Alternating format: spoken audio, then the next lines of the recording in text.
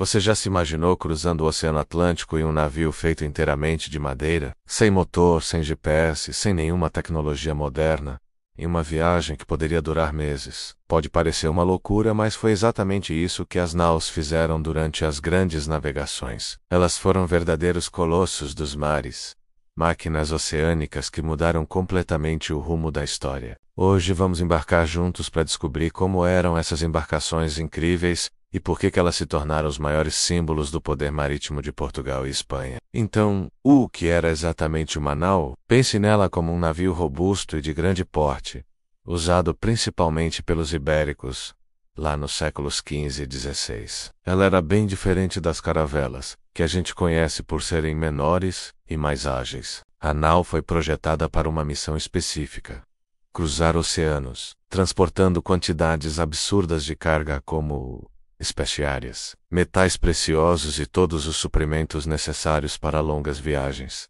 O design dela era muito característico. Tinha um casco largo, bem barrigudo, e aqueles castelos elevados na frente, à proa, e atrás, na popa. Isso garantia mais estabilidade no mar aberto e, claro, um baita espaço interno. Uma nau típica media entre 25 e 30 metros de comprimento e podia levar de 100 a 250 tripulantes. Para Sea Mover contava com 3 ou 4 mastros gigantes, equipados com uma combinação de velas redondas e velas latinas. Essa combinação era genial, porque permitia tanto aproveitar os ventos fortes do oceano, quanto fazer manobras mais precisas perto da costa. O próprio nome, nau, vem do latim vezes navis, que significa navio, e com o tempo, passou a identificar o principal tipo de embarcação usado nos grandes empreendimentos marítimos das coroas de Portugal e Espanha. E entre as naus mais famosas de todos os tempos, com certeza está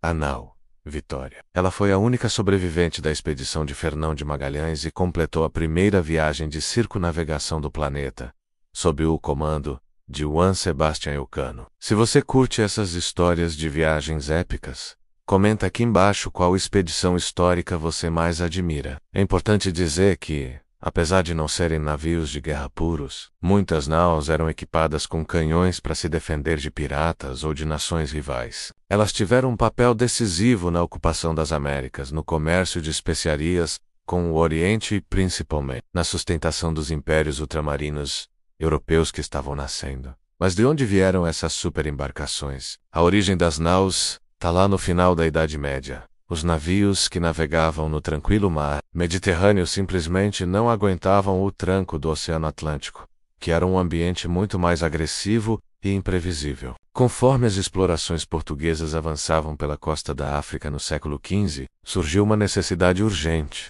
criar embarcações mais resistentes, com mais autonomia para viagens longas e, acima do tudo, com maior capacidade de carga. A partir daí, a nau começou a evoluir rapidamente. No início ela era usada para rotas mais curtas, entre os portos de Portugal e Espanha, mas logo passou a ser usada em viagens até a Guiné, e mais tarde, na épica rota marítima para a Índia. Durante o século XVI, o auge da sua utilização, seu design foi aperfeiçoado. Ela ganhou mais mastros, cascos ainda mais fortes, e um espaço de armazenamento otimizado. Foram essas melhorias que tornaram possíveis travessias históricas como as de Pedro Álvares Cabral, Vasco da Gama e tantas outras armadas que cruzaram os oceanos. Na Espanha, as naus formavam os famosos comboios das Índias, que transportavam todo o ouro e a prata das colônias americanas até Sevilha, sempre sob forte proteção. Em Portugal, elas eram o coração da carreira da Índia,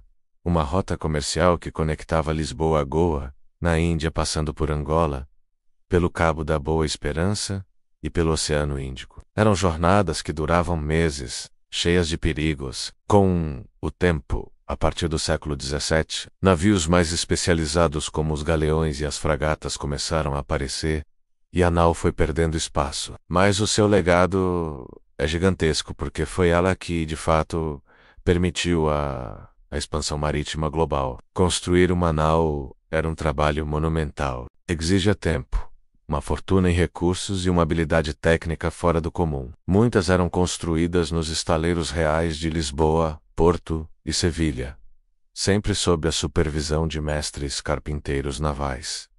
que eram verdadeiros engenheiros da época. O material principal era a madeira de carvalho, escolhida por ser extremamente resistente à água salgada. Já o pinho, que era mais leve, era usado nos mastros e nas partes superiores da estrutura. O processo de construção começava pela quilha, que é a espinha dorsal do navio. Depois, os carpinteiros montavam as cavernas, que são as costelas que dão forma ao casco. Em seguida, vinha o tabuado externo, que era cuidadosamente vedado com estopa e breu, uma espécie de piche, para impedir qualquer infiltração de água. E o mais interessante é que não existia uma padronização. Cada nau era uma peça única, construída com base na experiência e no olhar clínico dos mestres construtores. Por dentro, os porões eram espaçosos, projetados para guardar as valiosas cargas, além de todos os mantimentos e barris de água potável para a viagem. No convés principal ficavam os canhões e os equipamentos de navegação. A popa, a parte de trás e mais elevada, era destinada aos oficiais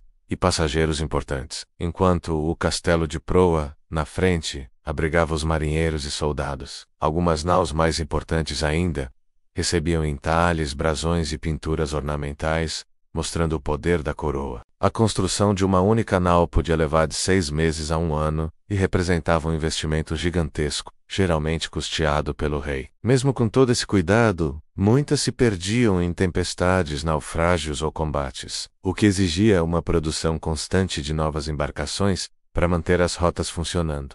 Agora, imagine a vida a bordo. Era extremamente dura, marcada por uma disciplina militar rígida, pouquíssimo espaço e muito, mas muito trabalho. Capitães, pilotos, marinheiros e soldados conviviam em ambientes apertados por meses a fio.